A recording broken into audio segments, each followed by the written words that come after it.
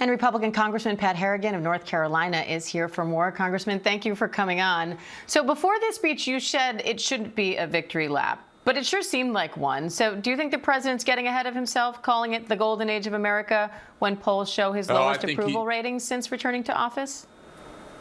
Hey, Diane. First, thanks for having me on. And no, I don't think he took a victory lap last night, but I do think things are moving in the right direction, and the president highlighted that. I think he framed the night around affordability, security, and strength. Lower gas prices, lower inflation, lower drug prices through most favored nation agreements. Retirement counts are up. Border crossings are down, eliminated. Actually, 8 wars ended, record investment flowing into the United States. And I think there was some criticism of the tone, but Americans measure outcomes, and last night was built around measurable outcomes that affect Americans' paychecks, their safety, and the cost of living. I think the president did a really good job of staying on message and on script last night. He also touted his new tariffs, but they expire in a few months unless Congress acts. Now, our latest polling shows 64% of Americans disapprove of the president's tariffs. Would you support extending them? Yeah, I'd absolutely support extending the tariffs. You've got to understand that we've been taken advantage of for an awfully long time. I come from a manufacturing background. Anybody that understands manufacturing knows that we have completely compromised our ability to manufacture things in this country. We have shipped manufacturing jobs overseas to nations who have manipulated their currencies, manipulated their economies to actually take the air out of ours. The president has his greatest tool to offset this in tariffs. And this is something that has been a mainstay, a fixture of his economic policy. And it is what is driving that $18 trillion worth of investment that he highlighted, that he has brought from overseas into the United States in only 12 months, when President Joe Biden, across all 4 years of his presidency, only brought in less than $1 trillion. This is the economic generator that is the centerpiece of President Trump's agenda.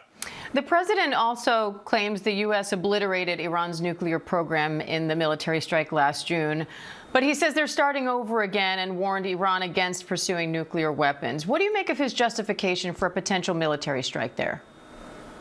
Well, I think he laid out to the entire world, and very specifically Iran and our allies who are involved with this, that there is a red line here, which is Iran continuing to pursue a nuclear weapon. We cannot allow Iran to have a nuclear weapon. And although we had an incredible operation in Midnight Hammer, it does appear from the intelligence that the first thing that the Iranians started doing is rebuilding that program. And so I think he laid it out. There are some red lines that Iran absolutely needs to pay attention to. If any world leader has learned anything from the operation in Venezuela, it's that when America parks an aircraft carrier and a strike group off your coast, you better come to the table and make a deal. Let's hope the Ayatollah and his regime pay attention to history, or things are going to go a different direction, because we will never allow Iran to have a nuclear weapon.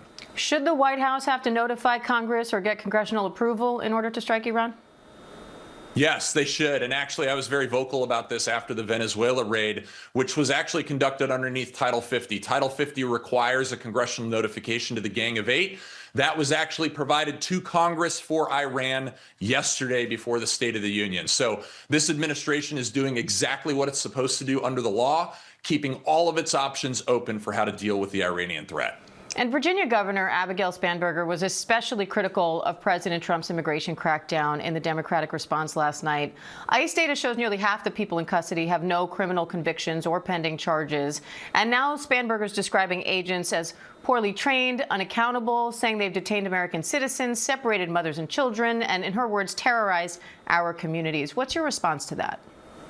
I don't think the American people agree with that at all. And you could see that last night on display, with the Democrats staying seated when the president asked the entire chamber, is the first duty of the American government to protect American citizens or illegal immigrants? And the entire body of the Democratic Party stayed seated. I think that's all the American people needed to see, to show the contrast between the vision for who should be prospering in our nation, who should be protected, who on earth we are serving in this government. Republicans believe that's American citizens. This administration believes it's American citizens. We are always going to put American citizens and America first. Republican Congressman Pat Harrigan of North Carolina, we appreciate your time today. Thank you. Hey, thanks for having me, Diane.